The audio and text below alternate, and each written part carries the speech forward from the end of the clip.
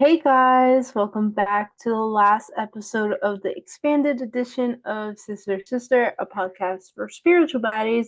And today we will be talking about White I supremacy. can't yes, sorry for the pause. I couldn't open the entire name of the episode, so I was like, why is it not working? White supremacy But qualified as a witch. exactly. So, Elle, what was the inspiration for this episode specifically?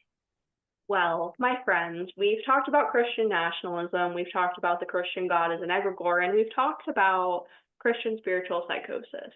And all of these things are connected to one thing in particular, and that is being politically charged and ideas that align with what is called white supremacy. So, we're here to talk about it. We're going to talk about a lot of things in this episode. And we have another disclaimer. We have another disclaimer because not everything in this episode is fact. There's many factors. We talk about a lot of theories. So this episode is based on multiple factors, including psychology, social media discourse, and political policy and discourse about it. We will do our best to present the facts in an unbiased manner, and we'll try to disclose when we are specifically sharing our opinions. This is a Which I think we've been doing a good job yeah. of doing our opinions versus like what is actually factual. So we will always make sure that in our opinion we'll say stuff like that. But we're going to start So kind of understanding all of what white supremacy is through a couple different lenses. I'll let Amaya start on that, but just kind of taking a whole broad overlook at it before we tell you how to deal with it. yes. So understanding the white supremacist mind. To be able to fight something, we have to understand how people get to that point, what makes them tick, and what creates this belief and hate towards a group of people or things. Political context. The following information comes from Psychology Today in a post from 2017. Domestic terrorism has become a far greater threat than any other type of terrorism. White supremacy groups grew during the 8 years of Obama's presidency, and Donald Trump Donald Trump signaled them during his campaign. Psychology Today writes that this is referring back to the Trump campaign from 2016. Former Department of Homeland Security official Elizabeth Neumann stated that the department's focus was on ISIS until August 11th and 12th, 2017, when a white supremacist and neo-Nazi rally, Unite the Right, took place in Charlottesville, Virginia. A shift had occurred within groups of white supremacists. They no longer felt the need to hide or mask themselves. Feeling emboldened, in October 2018, a white supremacist terrorist killed 11 at a synagogue in Pittsburgh, and in August 2019, a terrorist opened fire at a Walmart in El Paso, killing or wounding 46 people. Then, in March 2019, the US white supremacist movement went global when, on the same day, terrorist attacks occurred at two different mosques and 51 people were killed. One of the New Zealand terrorists wrote a manifesto in which he declared support of US President Donald Trump as a symbol of renewed white identity and common purpose. The post continued. So now we're going to talk about specifically in the minds of white supremacists. So this is continuing on with the Psychology Today information. One thing white supremacist terrorists likely have in common, other than being white, is that they are deeply afraid of loss of the way life used to be, the way they want it to be once again. Make America great again. That was my own commentary. So they see their futures threatened by people of color and those who support them. They fear the loss of their perceived importance in society. They lived in every town across the country. Some are loners or have been socially excluded by peers until they hooked up online with those of like mind. Perhaps they've been bullied and have now become bullies, or perhaps they've always been bullies. Perhaps they feel they haven't been heard or taken seriously or have been ignored. Maybe they feel their white heritage makes them automatically entitled. This is just one take on what motivates white supremacists. So let's look at another one from Live Science. So this article post also comes from 2017. However, nearly a decade later, this information still makes a lot of sense. So it is very relevant to this. So the article states, research suggests that tendencies toward aggression and dark triad personality traits, Machiavellianism, psychopathy, and narcissism, are more prominent among supremacists who identify with the political movement known as the alt-right than in the general public. So people with the Machiavellianism is a tendency to manipulate other people for one's own gain, but ultimately the racial extremism may be about belonging, other research shows. The community aspect of white supremacy is so strong that even a person who finds they have non-white ancestry can be embraced. Another new study had revealed that in more recent times. So now let's talk about the political climate. Do you want me to continue, or do you want to get that one, Maya? I don't mind taking over. So, as you can see, the turn of events on the political stage ever since President Trump entered the political atmosphere, we see how our current political climate is impacting white supremacist ideology. So, the following information comes from the ACLU, which is the American Civil Liberties Union, um, which states when Donald Trump's administration left office in 2020, two-thirds of surveyed Americans agreed that Trump had increased racial tensions in the United States. The backdrop for that widespread sentiment was the Trump administration's sustained assault on political, civic, and legal efforts to promote racial justice. Trump's consistent use of inflammatory racist rhetoric and his transparent pursuit of a white supremacist agenda rooted in racial grievance. The ACLU also stated that a second Trump administration would undoubtedly pose sobering and multifaceted legal threats to efforts that promote racial equality. However, many components of Trump's radical anti DEI agenda, rooted in racial grievance rather than fact, cannot be achieved without violating the Constitution and federal laws. As was the case in the prior Trump administration, litigation and regulatory advocacy will be indispensable for both stemming these threats and advancing an affirmative visual of racial justice. The Trump years underlined the practical importance of legal action and engagement. Lawsuits stopped many illegal Trump administration policies designed to undermine anti discrimination efforts and laws, such as Trump's unconstitutional ban on federal trainings on systemic racism and sexism, and his administration's efforts to undermine the FHA. Furthermore, since Trump was voted out of office in 2020, federal courts have already enjoined or struck down the kinds of classroom censorship and anti-DEI policies that he promises to pursue more broadly, and upheld efforts to promote access to educational opportunity that have been challenged by far-right advocates. These court victories will be crucial building blocks to our legal strategy under a second Trump administration. And even though Trump has made a significant mark on the judiciary, and it is not difficult to find recent examples where the courts have failed to protect efforts to build a more racially inclusive society, there are still lawful avenues to promote equal education opportunities and advance racial justice. We must both defend and build upon this precedent, and they basically outline the ways that they engage in litigation and legal advocacy to oppose these unlawful attacks on educational access, classroom censorship, rollbacks of critical federal anti-discrimination protections, and assaults on state and local DEI policies, to name a few. And obviously, we've been seeing in how many days he's been in office alone, how quickly he's continuing his path for, you know, anti DEI and, taking back everything that we fought for, everything that we have.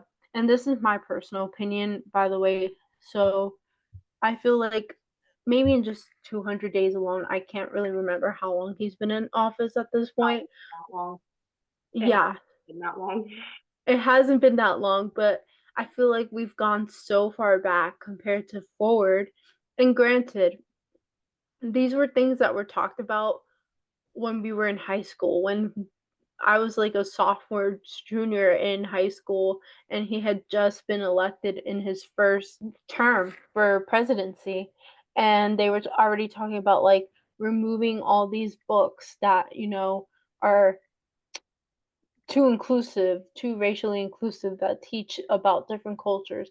You know, hearing about how the governor of Florida wanted to denounce DEI, get rid of, all these Greek organizations that were historically founded for, people of color. Like, obviously back then when the white people got to go to school, they created these Greek organizations. And this is just an example because obviously Ella and I were a part of Greek life, and we've made so many friends from different organizations, including the Black Letter and the Latino organizations and the multicultural ones, obviously. But it's it's really a shame to see. I'm really ashamed to see how this progress of, embracing one another, supporting each other's cultures, really just inclusivity, and it's just being ripped out of our hands because of a man who clearly has such disdain for people of color. Meanwhile, they're the people that, trim his lawn, make his food, wash his laundry. Like, just saying, like, it's really ironic that it's those people that he's targeting. Meanwhile, they're the same ones that make him who he is today. I don't know if you wanted to add anything to that. And the other thing too is, right, so like fraternities, the white-based fraternities were obviously created as like secret societies, was kind of like the whole point of it. And then whenever white women started being accepted to colleges, then they created the white sororities because they weren't allowed in the men's organizations. And then we started letting people of color, and then their organizations started to come along. So it's like there's development of those things because of progress that was made, right? Like that's how that happened. There was development because progress was made. But the whole going against like their history of their organization and saying, like they should be gone, that's literally erasing history. Like literally erasing history, which is crazy, absolutely crazy. Because I personally, when we were in college, loved learning about everyone else's organizations and why they were founded and what they were founded on, everything like that. Um, but to go kind of back to, the whole change in this political scape, it very much so like the slogan, which I said, "Make America Great Again," is kind of counterintuitive, right? Like the slogan itself screams white supremacy. Because if you're wanting to go back to the 50s, 60s, or 70s, per se, you're suppressing people of color. You're suppressing people who are part of the LGBTQIA plus community. You're suppressing women. Like, I don't think anyone really looked at it through that lens of, oh, women weren't allowed to have credit cards or their own bank accounts back in this time that he wants to go back to, right? Like, there's so many different things that people just aren't like realizing with it.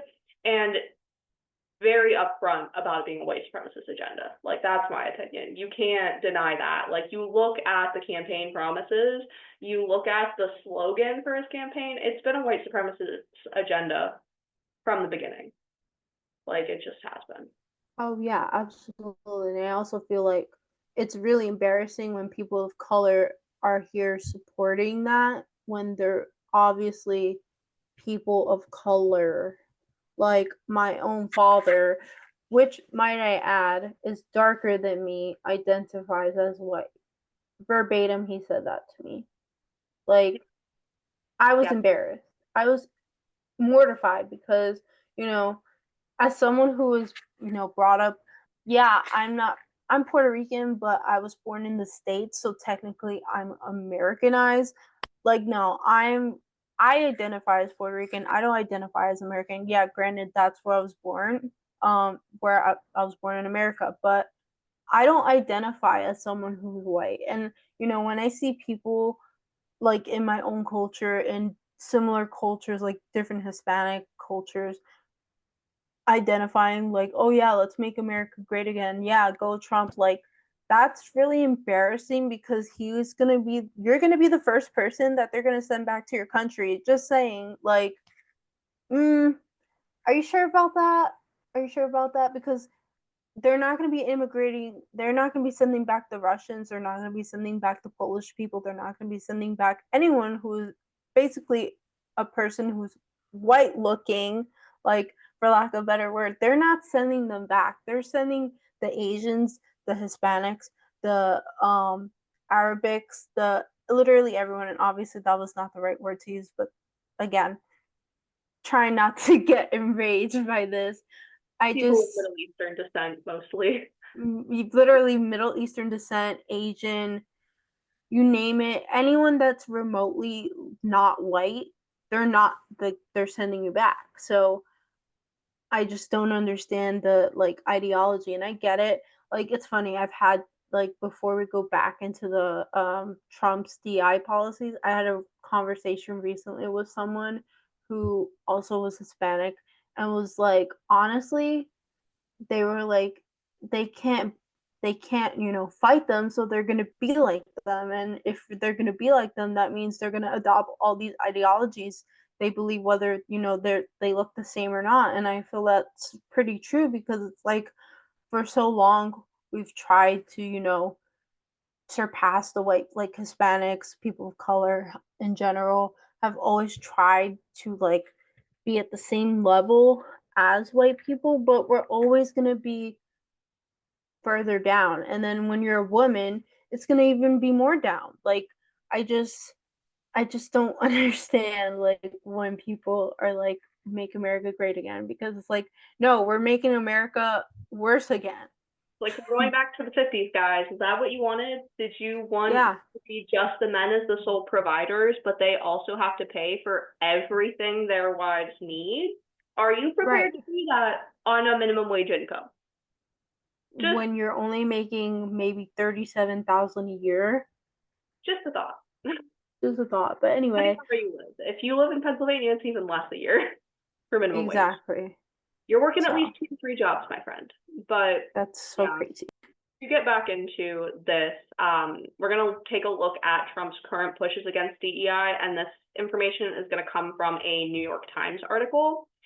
So, President Trump has ordered federal agencies to abandon the use of long-standing legal tool used to root out discrimination against minorities, a move that could defang the nation's bedrock civil rights law.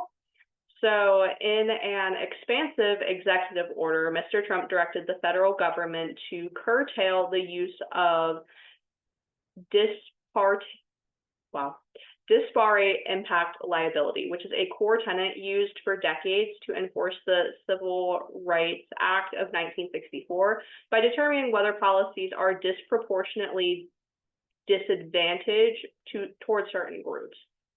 So, the very little notice order issued last month from when this was published, which I think this was a March article, may have been April. But it was issued a month or two ago with a spat of others targeting equity policies. This was the latest efforts from Trump for his aggressive push to kind of purge the consideration of diversity, equity, and inclusion, or DEI, from the federal government and every facet of American life.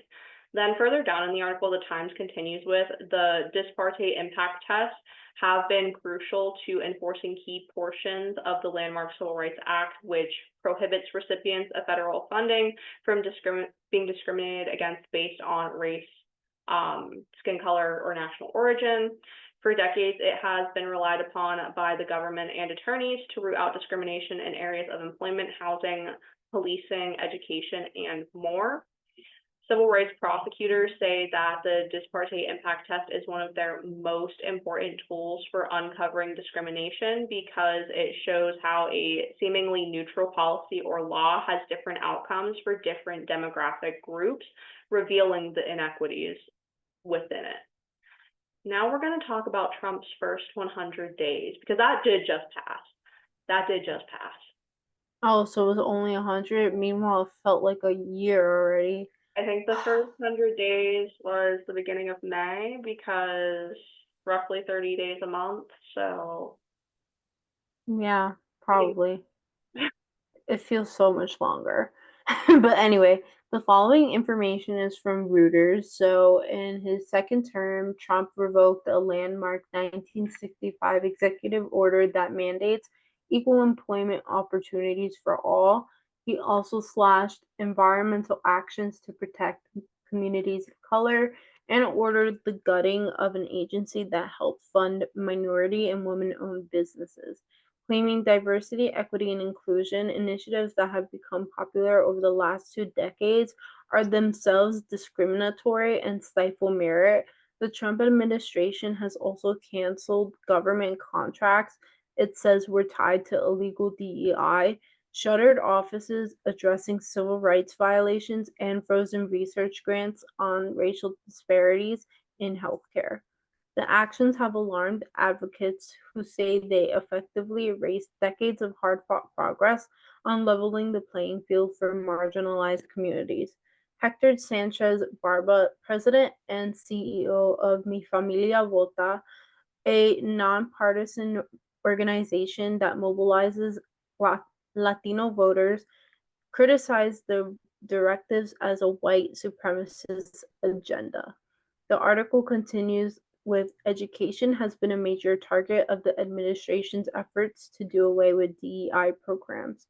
The administration has threatened to revoke federal funding from schools and universities that engage in DEI practices through judges last week, though judges last week blocked that effort.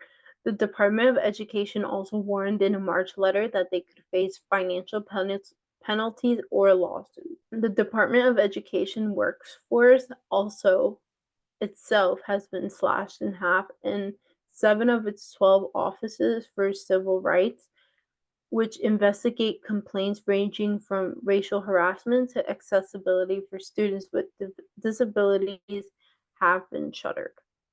Can we talk about that for a second though? Like, yeah, we can put our opinion in here before we talk about how to fight this because this is a good stopping point to kind of talk about all of the crazy stuff that we just said.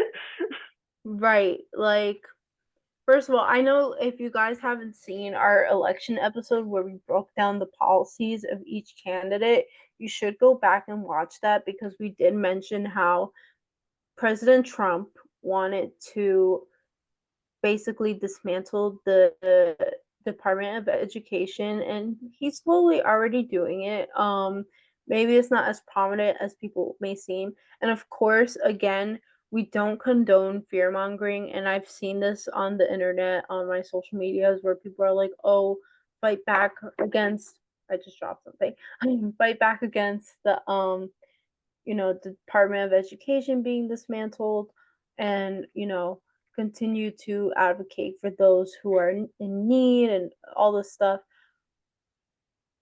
I feel like there's two sides to it, and I also feel like, and again, we did talk about this a lot in that episode specifically, where what the Department of Education does is level out the playing field for every school in the US to send some kind of funding, and more importantly, they assist with students with disabilities who need extra help, who need 504s and IEPs and this and that to like, so they have an equitable education.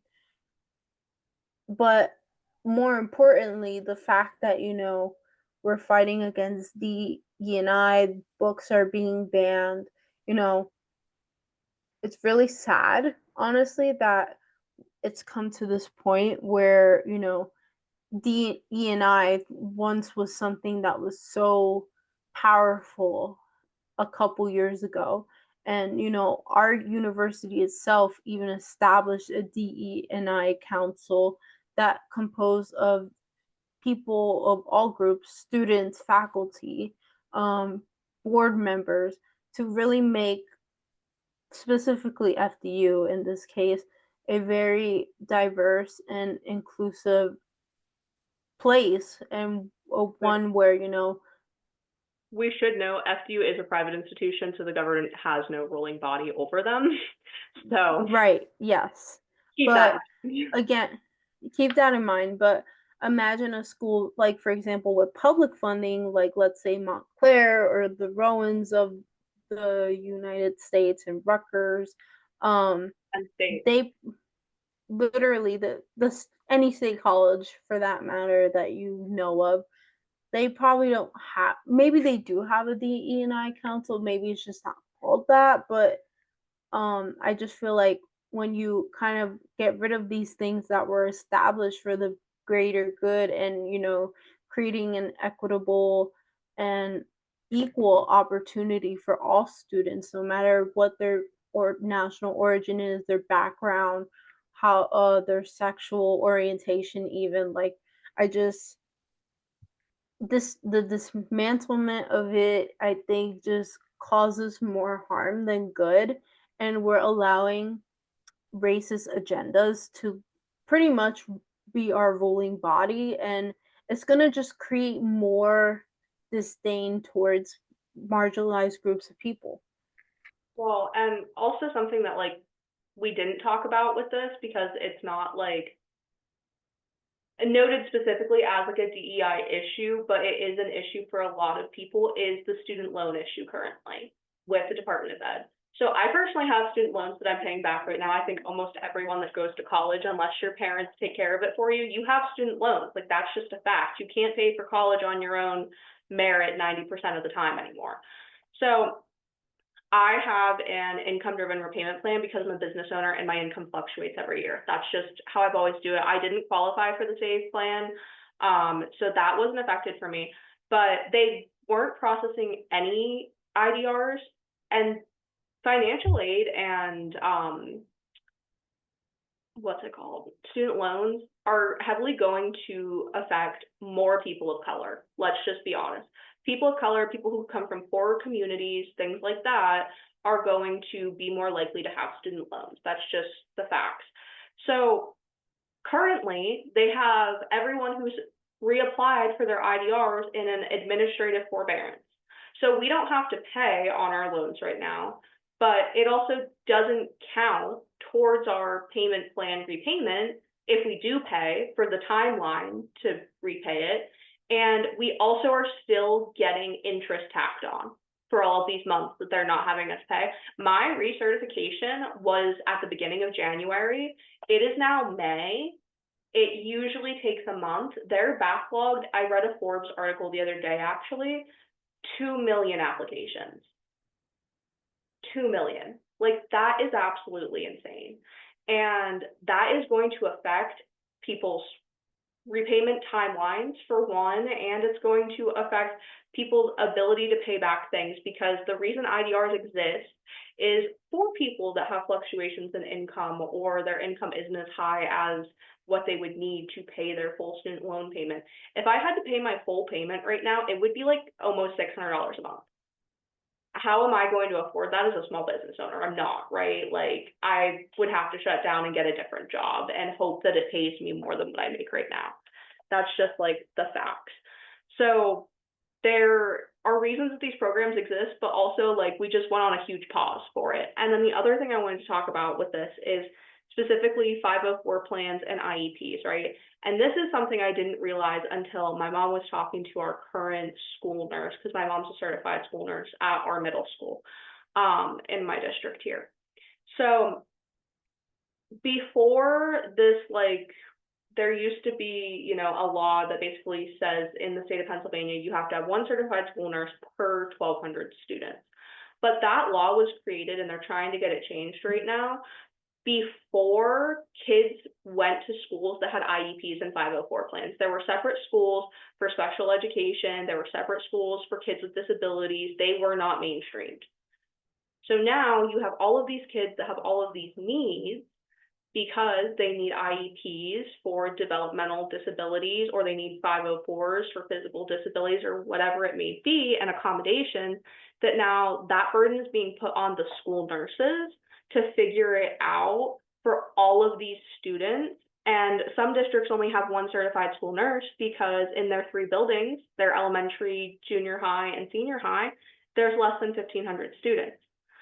So I think that's an interesting take too, because at a federal level, you're slashing all these things, but we don't even have the support on a state level, at least here in Pennsylvania, to make sure that these kids are able to get the accommodations that they need to begin with. So it's just like a whole sphere of chaos and disaster when it comes to accommodations for students with disabilities. So, Elle, how do we fight this as a witch and in general? So obviously I could go on forever about our current political climate, as we have been talking for way too long about this. And also that racism is a learned trait. And I've seen it in my everyday life, and I fully believe in that statement. So I grew up in a very small town in central Pennsylvania. And the one thing that, like, with social media, I want to bring up before we get kind of into the fighting election was there was a TikTok trend not too long after fighting the election, fighting racism. Wow. And white supremacy. I can't talk today. All right, rewind. One thing from social media that I want to get into before we talk about specifically fighting white supremacy and racism is post-election, there was a TikTok trend of what radicalized you.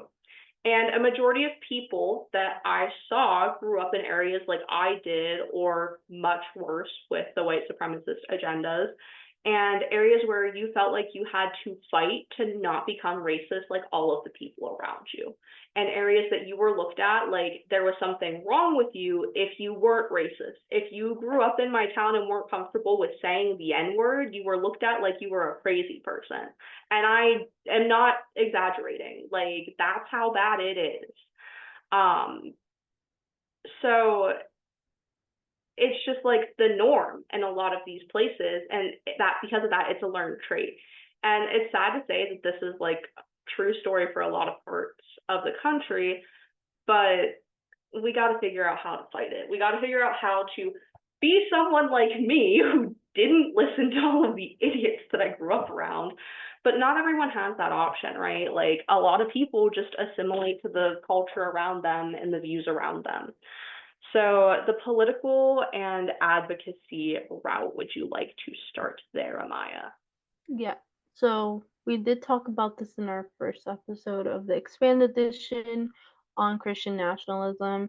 And there's a lot we can do on the ground, which includes going to protests, signing petitions, calling your representatives, volunteering for advocacy groups, and if safe for you to do so, calling people out on their racist viewpoints and words.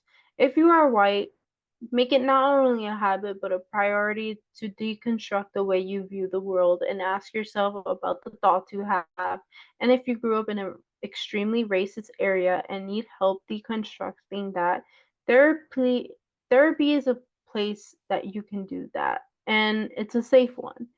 However, as a witchy person, there's some other ways we can combat this as well. So, number one, in our own spaces, there are white supremacists. That's something we need to acknowledge as witchy people, as spiritualists. There are white supremacists in these spaces. If you did not listen to our episode about star seeds, go listen to that after we're done with this because we're almost to the end.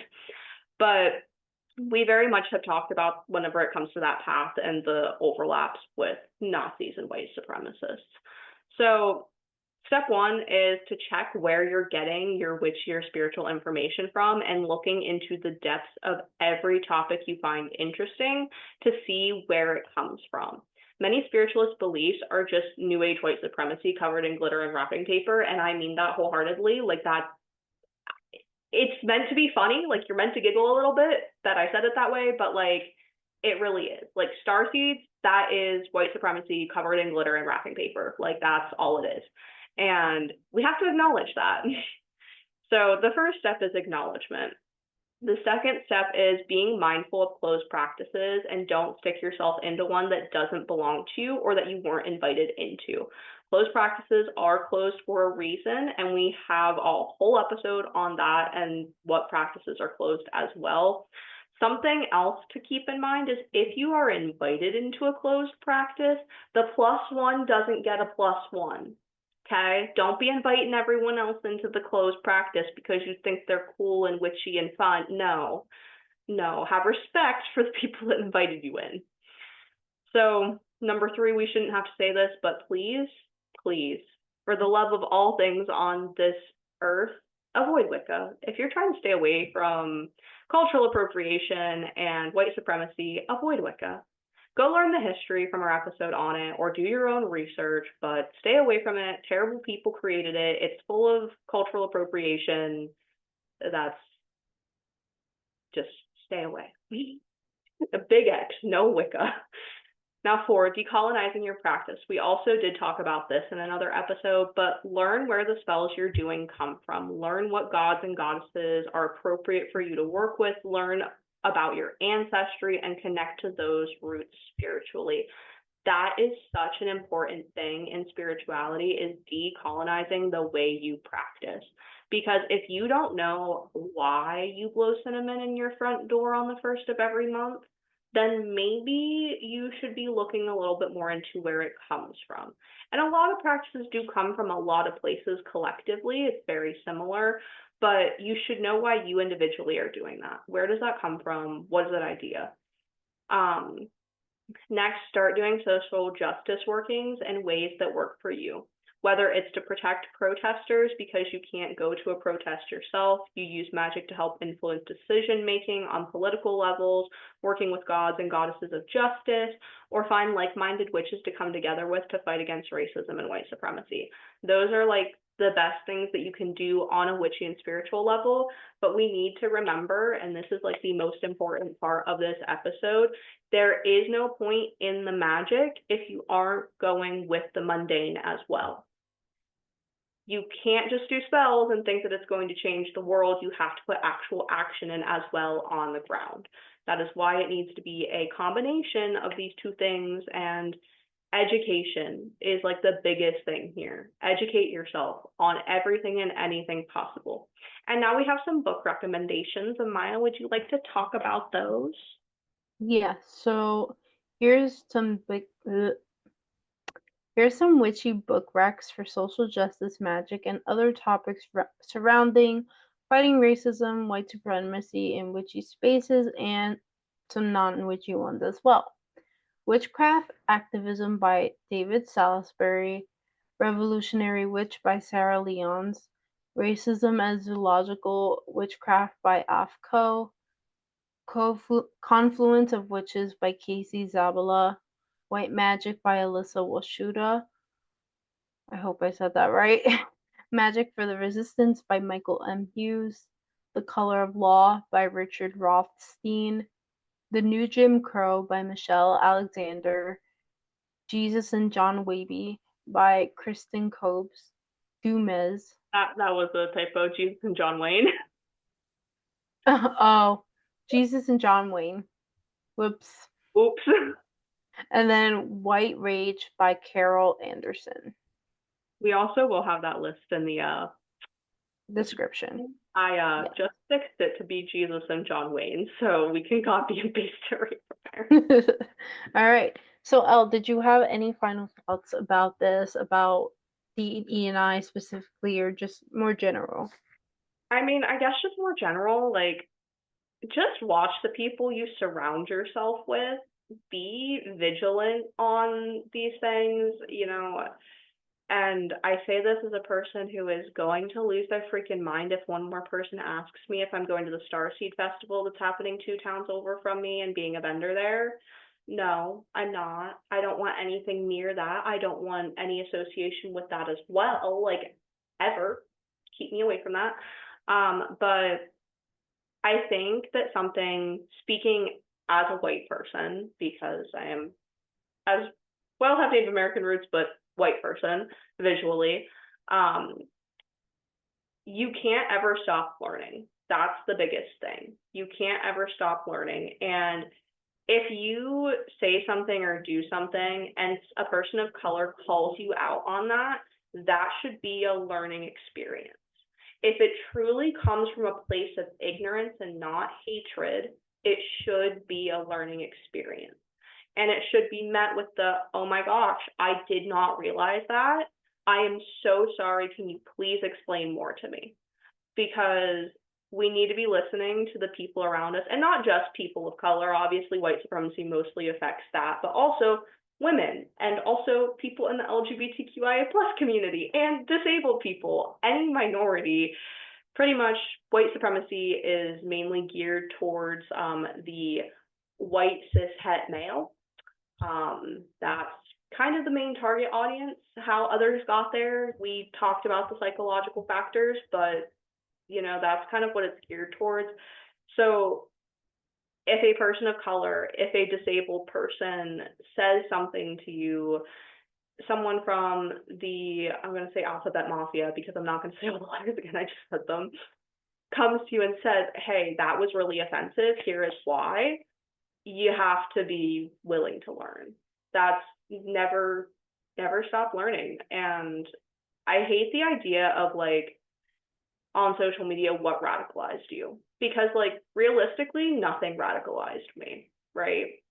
And I say that because of the fact that I realized from a very young age that the way people were treating others around me was just wrong. So and I talked about this in a TikTok video when that trend was going on. I had a very close friend in elementary school, and he was the only Black kid in my school who was being raised by his white grandparents. And I think that the moment I realized that everyone around me was just awful to people of color was whenever my mom had to tell my dad he was coming to my birthday party and to not call him the N-word. Yeah, yeah. And hearing that at 8 years old, I probably wasn't supposed to hear that conversation, but hearing that at 8 years old when I was taught to treat everyone with kindness, love, and respect in the ways that I would want to be treated was, I think, just so like bizarre to me that I was like, yeah, no, like I'm never going to be like that. It wasn't a radicalization. It was just like, I'm never going to be that person. Like, I don't want to be that person. And yeah, that's my final thoughts. Just be Yeah. vigilant, do your research, and be willing to learn. Yeah, to your point about like, surround think about the people who you surround yourself well with. I find too often like the people around me surround themselves with people who are like them. And I try to do the opposite. Like, I have friends of all different backgrounds. I have friends who are Middle Eastern. I have friends who are Asian. I have friends who are Black. I have friends who are Hispanic. I think Elle and my boyfriend are probably my only white friends, if I'm being realistic. Like, honestly, I've always surrounded myself with people of color, and not just because I want to be like them, because obviously I am a person of color, though I am more lighter, unfortunately. But I just think like when you surround yourself with people who are too much like you tend to pick up on what their beliefs are, and you kind of all just become one and the same. And in some cases, that's fine, but in cases where white supremacy is like prominent, especially at my boyfriend's friend group, just saying like No shade to him, but my boyfriend, I will say, he in college he had lots of friends of different backgrounds, so he is very much invited to the carne asada and probably would be invited to the cookout. But needless to say, um, my point is, I think that when you surround yourself with too many people that look like you, that's all you're gonna believe that matters, and that should not be the case. There's 8 billion people in this world of different backgrounds. Like, learn a little, get outside your comfort zone. Like, and I don't think it's harmful in asking like a cultural question as long as you don't say it in a way that's offensive. Like, for example, I like to learn about how Black women braid their hair for protective reasons. And quite honestly, I love the way they do their hair. And I'm not saying this in a way that's obsessive or anything. I just find it to be the most fascinating, like, most beautiful thing that they do. And, like, obviously, I would never appropriate it because my hair is probably, like, not good for that. I mean, I'm sure I could do it, but I wouldn't do it, is my point. But again, there's no harm in learning something about a different culture than you, as long as you're like learning because you genuinely not want to know and not because you want to basically like colonize it. So, And also, can I yeah, just say, there's that's a great example of like an appropriate and an inappropriate way to do things. So don't walk up to a Black woman and touch her braids and be like, "Oh my gosh, I love your hair. It's so nice." right, Like, don't do right. that. Don't be that person. Don't Just be that white lady. exactly. If you like her hair, just verbalize it. Don't touch it. Honestly, that goes for anybody. Don't touch anyone unless they give you permission to. And they should just tell you, like, yeah, you're okay to touch it. Don't ask them. Like, I hate when people touch my hair personally, so I understand it. But One yeah, of I the think, yeah, things I think that we should like just make there is the concept of cultural appreciation versus cultural appropriation, right? If yes, you appreciate someone's culture, learn about it, ask them questions about it from a genuine place of curiosity and just wanting to learn more, but you don't go and steal their culture.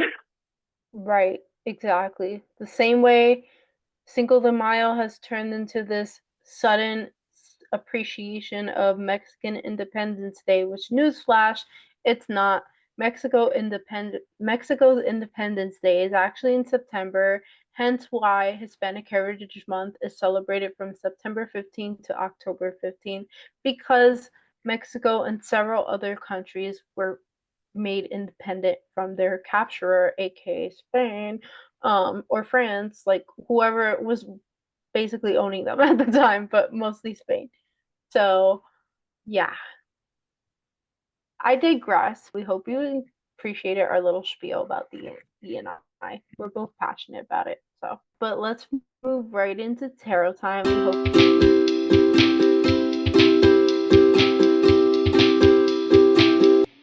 What? Oh, hello.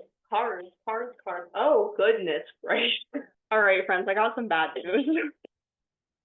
I got some bad news. We have the Ten of Swords here. We have the Ten of Swords. There may be a snake in your midst. There may be people stabbing you in the back in your midst. The Ten of Swords is a card about pain, emotional damage, things like that. And being that the card that lands on the bottom of the deck is, oh my gosh, this is, I can't make this up. We have the Seven of Swords and then the Devil on the bottom of the deck. And the Seven of Swords is about anxiety and the Devil is about codependency. So, very much so, this is going to have to do with some sort of anxious attachment that's causing you to be codependent. Sorry, not sorry. I can't help how the cards fall. But the Ten of Swords itself is very much so a card of pain. It's emotional pain, physical pain, whatever it may be, because of others in most cases. Yeah, some people that are going to show themselves, and it's not going to be very pretty for you, and it's probably going to cause you anxiety, and you're going to realize you're codependent. But like, you can get away from that. You can get away from that, but you're going to be in your feels for a little bit about it with this Ten of Swords. You're going to be a a little emotionally damaged about it, unfortunately. Emotional damage. All Let's right. get right into astrology, Dominic.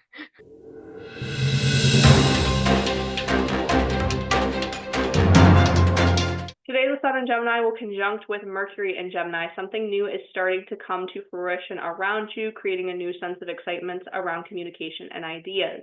Tomorrow, the Moon in Leo will sextile with Mercury in Gemini. Positivity is in the air today with good news afoot, or you may find yourself gaining much needed information. Then on the 1st, the Moon in Leo will trine with Venus in Aries. Be sure to take some time to ground today and focus on stability in your life. On the 2nd, we have a first quarter Moon in Virgo. You may find small details that need adjusted today, but you are able to do so quickly and logically. Rounding out the week on the 5th, Mercury in Gemini will sextile with Mars in Leo, which makes way for you to take action on your plans and have the ability to move quickly and effectively. So, the good news on that tarot pull is the astrology is very much telling you that you can move past this very quickly and effectively. Anyway, thank you guys for tuning into another episode of Sister Sister. We hope you enjoyed our expanded edition of our podcast and learned a little more about Christian nationalism, ways you can combat it, and just the different things that we've seen recently in the media and the political space of our environment. For those who are watching overseas, I hope you're rooting for us to get through this. We do have a strange amount of German followers on the actual Yeah, audio podcast on Spotify, so I love that for us. Thank so you do for I. all your Hi guys. support. Hey guys from the US. We hope you enjoyed this season and stay tuned for season 5 details. They are definitely coming soon. We will be back after summer break for a wonderful and cool fall full of interesting things we're working on. Can't say too much yet, but just stay tuned. We love you guys. Hope you have an amazing summer solstice, and we'll see you in September, October. Bye guys.